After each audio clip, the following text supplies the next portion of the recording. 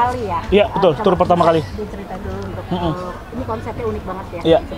Terima kasih banyak. Ini jadi tour pertama kali aku untuk album Marcus and Suspense Flash Disc. Akan ada 6 kota, Jakarta, Bali, Bandung, Yogyakarta, Malang, dan Kuala Lumpur. Nggak cuma aku sendiri yang akan bawain showcase lagu-lagu aku, tapi aku juga ngajakin ada Dugusti ada orkes, Dugusti ada orkes, dan ada ekstrakurikuler di PP. Jadi 2 kegiatan yang akan barengan di dalam tour Zuzaza. Aku sebenarnya pingin ngajakin teman-teman pendengar untuk bisa ikutan terlibat lebih jauh dibanding hanya menonton aku manggung gitu ya, dengerin lagu-lagu aku. Tapi aku pingin mereka juga bisa punya pengalaman untuk manggung bareng, bisa ngerasain pengalaman lain nonton musik gitu, nggak cuma lagu-lagu aku doang. Itu sih sebenarnya. Dipikirin banget ya ini ya. Tentu saja, karena ini keinginan yang udah lama sejak album 1 2020, terus baru bisa terjadi sekarang gitu turnya. Jadi sesuatu yang mau aku pikirin dan aku inginkan. Itu nanti konsepnya gimana sih? Kan ini 3 hari gitu ya. Bagian waktunya gimana? Ya, jadi ada 3 hari yang berbeda, ada 3 tempat yang berbeda. Untuk yang ekstrakurikuler di PP kami bekerjasama dengan beberapa sanggar tari atau studio dance gitu. Terus di Dugusti ada orkes, kami bekerjasama dengan beberapa galeri, terus tempat-tempat publik gitu ya. Dan Marcus and Suspense Flash Disc tentu saja di gedung pertunjukan gitu. Jadi 3 tempat yang berbeda, 3 pengalaman yang berbeda, 3 hari yang berbeda. Aku sebenarnya pingin punya waktu yang lebih panjang untuk ketemu sama pendengar gitu. Nggak cuman kayak abis manggung, selesai manggung, turun, terus nggak ketemu sama mereka. Nah, kita beneran bisa nikmati berbagai macam bentuk pertunjukan bareng-bareng. Tahu, tapi takut diprotes sama fans lu sendiri nggak sih, yang sebenarnya cuma pengen dengerin nyanyi aja gitu kan? Mudah-mudahan enggak ya, karena ini tuh juga satu bagian di mana aku menawarkan pengalaman buat mereka untuk bisa ngerasain hal yang lebih dibanding hanya mendengarkan musik gitu. Itu sih. Tapi tentu saja di showcase kita akan bawain 15 lagu full di dalam album, nggak cuman itu, lagu-lagu yang jarang dibawain juga akan ada di sana gitu. Jadi pengalamannya lengkap, nonton musik iya, dengerin musik iya, tapi punya pengalaman lain juga. Itu di 3 hari yang sama terus juga di setiap kotanya? Iya, satu kota ada 3 hari. Saya tanggalnya berbeda-beda, tapi itu kita niatnya satu kota ada 3 hari. Hari pertama ekstrakurikuler di PP, karena mereka belajar untuk bisa nari dan nyanyi. Terus orang-orang yang belajar di situ akan ikutan Dugusti di hari berikutnya. Jadi bisa langsung manggung besoknya, mereka udah hari keduanya langsung manggung. Setelah itu hari ketiganya nonton aku di showcase Marcus and Suspense. Nanti terakhirnya baru nonton, iya betul. Sama tanya dong, kan ini materinya bagus banget. Terima apa kasih. Ada mau dibikin album live record ya. Atau dokumenter tentang perjalanan tour ini gitu. Ya. Gua rasa itu bakal bagus buat arsip kita ke depan. Ya, tentu saja itu udah masuk dalam rencana soal misalnya behind the scene, apa yang terjadi di tour, karena ini kan satu konsep yang memang berbeda dan belum pernah aku lakukan sebelumnya. Jadi soal dokumentasi juga satu hal yang penting. Aku juga dibantu banyak orang untuk bisa melakukan ini. Itu sih, kita pasti akan lakukan. Asal ini kan lagu kamu terkenal tapi baru rilis dengan video klipnya. Seperti apa perasaan kamu ketika kamu viral duluan nih dengan lagu Bunga Matahari Ya. orang mewek lagi. Iya. Itu sebenarnya juga upaya untuk merespon karena lagi-lagi keyword aku adalah pengalaman, karena aku tuh selalu ngerasa kalau cuma dengerin lagu doang gitu ya, harusnya orang punya pengalaman yang lain di dalam hanya satu karya misalnya. Jadi dia bisa dipecah menjadi banyak pengalaman gitu. Nah, keberadaan musik video itu juga turut memberikan pengalaman yang lain, jadi mereka bisa punya visual terhadap itu gitu. Dan tentu saja aku senang bisa bekerja sama dengan orang yang tepat gitu. Aco kami kerja udah 3 kali. Terus kali ini Gala Bunga Matahari, dia bisa deliver ceritanya dengan baik. Jadi itu yang sebenarnya aku mau tawarkan gitu ke pendengar aku. Untuk modelnya sendiri, Gempi itu ada masukan dari Sal juga atau dari sutradara? Iya, aku diskusi sama Aco. Aco waktu itu memberikan beberapa nama, aku memberikan beberapa nama gitu. Tapi nama-nama itu masih di pertimbangan awal. Begitu kita kayak berdiskusi, kita pinginnya apa, ternyata memang menuju ke satu nama dan nama itu hanya Gempi. Ikut tapi dealing nggak sih gitu? Iya, sebenarnya untuk membayangkan ada satu sosok bunga matahari tapi kecil gitu ya, dengan vibrantnya warna bunga matahari gitu. Terus membayangkan jajaran nama anak kecil, ngelihat video-videonya Gempi di sosial media gitu. Gempi merupakan penggambaran yang cocok untuk menggambarkan ini. Itu sih sebenarnya. Nah, pengalaman syuting dengan Gempi sendiri gimana sih? Waktu itu memang Aco dan produser yang syuting di Jogja gitu.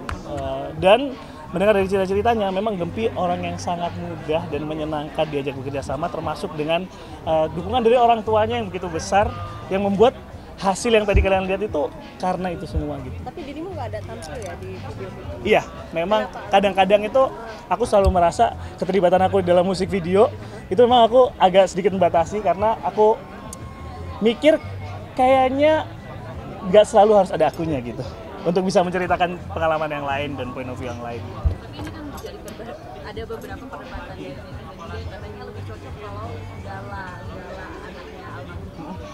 Seperti apa? Oh iya. Iya. Sempat dengar komen-komen Sempat dengar dan sempat nonton gitu. Dan ya itu tadi ya, aku merasa waktu awal kami diskusi sama Aco memang mengarahnya ke nama Gempi gitu sih. Mas boleh tahu kenapa sih bunga matahari gitu yang Iya. dipilih, kan ada banyak macam bunga Iya. gitu. Iya. Kenapa bunga matahari? Ya, waktu itu aku mikir ada satu bunga yang mungkin jarang ditanam di pengarangan orang terutama di Indonesia gitu. Aku ngeliat misalnya di komplek rumah aku sendiri aja gitu, yang menanam spesifik bunga matahari termasuk jarang. Jadi aku membayangkan kalau tiba-tiba ada satu bunga yang muncul dengan warnanya yang begitu terang, itu adalah bunga matahari. Karena ceritanya gitu ya, ada tiba-tiba kamu nggak pernah nanam sesuatu, tiba-tiba dia muncul. Mungkin itu adalah pertanda ada orang terkasih yang hadir dalam bentuk yang lain. Jadi aku gambarannya itu. Kenapa nggak kupu-kupu ya? Aku saja membayangkan kalau kita meninggal di tanah menjadi pupuk dan menyuburkan tanah, lalu yang muncul tumbuhan gitu, bukan binatang gitu misalnya. Itu Kalau sih. galanya sendiri? Kalau Gala, aku pilih memang last minute. Gala itu nama dari produser di album di lagu ini. Ada dua produser, Rifan Kalbuadi dan Gala Yudatama. Mereka yang membantu aku untuk memproduksi lagunya. Gala memiliki kisah yang kurang lebih sama atas kepergian dan kedukaan gitu ya. Dan aku bilang sama dia untuk kisah ini, kisahmu itu juga menjadi kisah untuk orang lain juga, dan boleh nggak kalau misalkan nama kamu gitu aku sematkan di dalam judulnya. Itu salah satu alasannya. Yang kedua, membayangkan soal waktu itu ada Met Gala dengan semua baju yang berwarna-warni gitu ya. Aku melihat nih bahwa ada satu peristiwa di atas sana ketika mereka berkumpul bersama-sama dengan semua keunikannya. Kak, ini kan Gempi melibatkan Gempi juga. Nanti apakah akan melibatkan Gempi juga di konser kakak sendiri di Ya. Jakarta atau di mana? Wah, mari kita lihat sama-sama. Karena tentu saja jadwal Gempi juga sibuk, kita nggak pernah tahu. Tapi sangat mungkin banget aku sempat bilang sama Gempi, ayo kita ketemu terus kayak misalnya bikin lagu atau misalnya manggung bareng gitu. Karena sebelumnya Gempi juga cover lagu-lagu aku gitu. Itu yang bikin jadi pengen untuk ngajakin Gempi ikutan manggung juga. Berapa lama sih bikin lagu ini? Kalau lirik awalnya mungkinkah aku mampir hari ini itu setahun. Maksudnya udah aku temukan itu setahun lalu sebelum dirilis. Tapi untuk pengerjaan fullnya mungkin bisa dibilang 1 hari kali ya. Maksudnya dalam 1 hari itu memang aku menulis lagu Gala Bunga Matahari ini. Masal, aku pengen nanya, kalau dari hubungannya sama keluarga itu ada perubahan nggak sebelum Masal menikah sama punya anak sama udah punya anak dan menikah itu Ya. mempengaruhi Proses lagu? karya? Iya. Iya tentu saja iya. Karena kan kita hidup bergerak, peristiwanya berubah, apa yang kita lihat berubah, tentu saja itu sangat berpengaruh gitu. Lagu-lagu di dalam Marcus and Such Flash Disk yang lagu-lagu awal Kita Usahakan Rumah Itu, mesra-mesraan yang kecil-kecilan, tentu saja terinspirasi dari keluarga terdekat ya, karena saat itu pandemi gitu kan. Apakah itu salah satu cara menyampaikan pesan juga komunikasi ke anak Masal yaitu Bara, atau emang pengen nunjukin kalau ke Bara juga ini tuh musik gitu? Barat. Iya sebenarnya karena memang apa yang aku lihat dan aku rasakan itu aku rupakan menjadi lagu. Proses aku bikin lagu itu kan kayak ngumpulin souvenir dari kejadian-kejadian gitu kira-kira. Jadi ini adalah cara aku mencatat kejadian, maka yang muncul tuh ya catatan-catatan kejadian yang ada di dalam hidup aku. Tapi Bara sering cover lagu kakak juga dan Iya. panggung itu gimana sih Kak? Senang banget. Nah kemarin juga aku, Bara gitu. iya si Barat tuh kemarin waktu terakhir manggung dan aku lihat videonya, itu tuh dia yang beneran kayak maju sendiri, tiba-tiba lari dan ikutan nyanyi gitu. Di rumah kami juga sering main gitar bareng dan nyanyi-nyanyi bareng. Mungkin itu yang bikin dia jadi berani kali ya untuk manggung gitu, dan aku juga seneng sih sebenarnya dia melakukan itu. Apakah mau mengikuti Bapak? Sekarang kita nggak tahu lah ya, kita lihat nanti, tapi aku selalu mendukung apapun yang dia inginkan. Yap. Ya, tentu saja besar banget. Aku bilang berkali-kali terima kasih banyak udah memperbolehkan Gempi untuk ikutan gitu. Mama papanya suportif banget.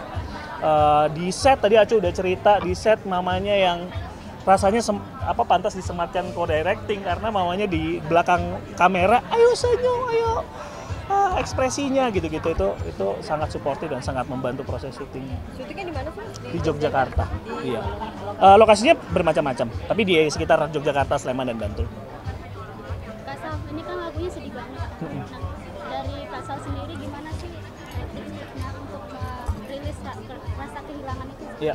Kalau Kak Sal? Iya, buat aku kehilangan rasanya sulit untuk bilang bahwa kehilangan tuh bisa hilang ya, karena dia tiba-tiba muncul. Aku pernah dengar satu kalimat yang menurutku lumayan aku kerasa gitu ketika digambarkan. Kayak kehilangan tuh kayak naruh batu di saku gitu. Dia akan selalu ada di situ kapanpun dan dimanapun. Tapi cuma satu hal yang bisa membuat itu kita terbiasa atas batu yang ada di saku itu, yaitu waktu. Jadi dengan waktu kita tahu ada batunya di situ, tapi kita terbiasa dengan adanya itu gitu. Jadi ini lagu ini juga salah satu gambaran, satu bentuk untuk jadi teman, mengenang orang-orang yang terkasih, tapi juga mengingatkan bahwa hidup kita harus terus berjalan dengan sebaik-baiknya. Itu sih aku rasa. Jadi cara buat batu jadi nggak berat gimana Kak Sal? Batu dengan karena waktu, dan kita punya pemahaman itu tadi, yang dua hal itu tadi aku bilang, bahwa kenangannya harus terus ada, kita mengenang kebaikan mereka, tapi kita juga percaya bahwa hidup harus terus berjalan gitu. Kadang-kadang kita berhenti di kenangannya doang, tapi kita nggak mau bergerak kemana-mana. Jadi justru kalimat di awal video klipnya adalah jalani hidup dengan sukacita, percaya kau ada di hatiku selamanya. Gue tahu lo selalu ada dalam hati gue. Gue akan jalani hidup ini dengan sebaik-baiknya. Itu juga karena lo. Itu sih aku rasa.